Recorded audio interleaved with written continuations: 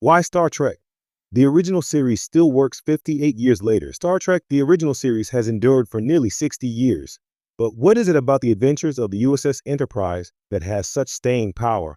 Captain James T. Kirk, William Shatner, Mr. Spock, Leonard Nimoy, and Dr. Leonard McCoy, DeForest Kelley, were introduced to the world on Thursday, September 8, 1966, and the rest is history.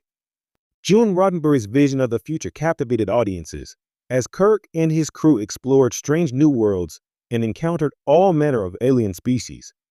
TOS became even more popular a few years later when the show returned to television in syndication. The renewed popularity of TOS in the 1970s led to an impressive 6 Star Trek movies with Kirk and his crew, and spawned numerous spin-offs throughout the 1980s and 90s. Star Trek, of course, has since become a massive franchise and a staple of popular culture. Still, even with the dated effects, low-budget sets, and 1960s sensibilities, there's something uniquely special about Captain Kirk and his Enterprise crew. Roddenberry's optimistic view of the future gives us something to aspire to, and is perhaps even more relevant in 2024 than it has ever been. 58 years later, Star Trek. The original series still works. Star Trek. The original series may feel dated by modern television standards, but so much about the series still works. Stories live and die on the strength of their characters, and TOS introduced some of the best characters in science fiction. Kirk, Spock, and McCoy remain beloved even today, and they are still regularly referenced across modern Trek.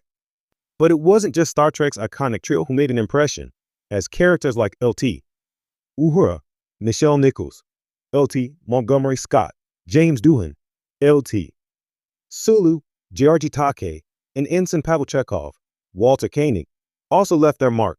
Many of the stories on Star Trek, the original series, remain enjoyable today, with their compelling guest characters and still relevant social commentary.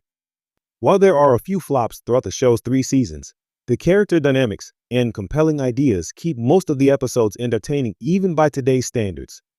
Episodes like The City on the Edge of Forever and The Trouble with Tribbles could hardly be more different, and yet they both continue to resonate with audiences. Star Trek has always been particularly impressive in its ability to tell vastly different kinds of stories while still undeniably feeling like Star Trek, and this remains true today.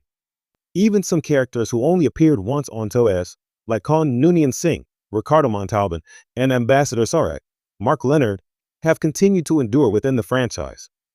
Modern Star Trek leans into its connections to Star Trek, the original series, beautifully building on what came before. In Star Trek, Strange New Worlds, for example, new actors have brought characters like Kirk and Spock to life on modern television, adapting the characters without simply impersonating the original actors.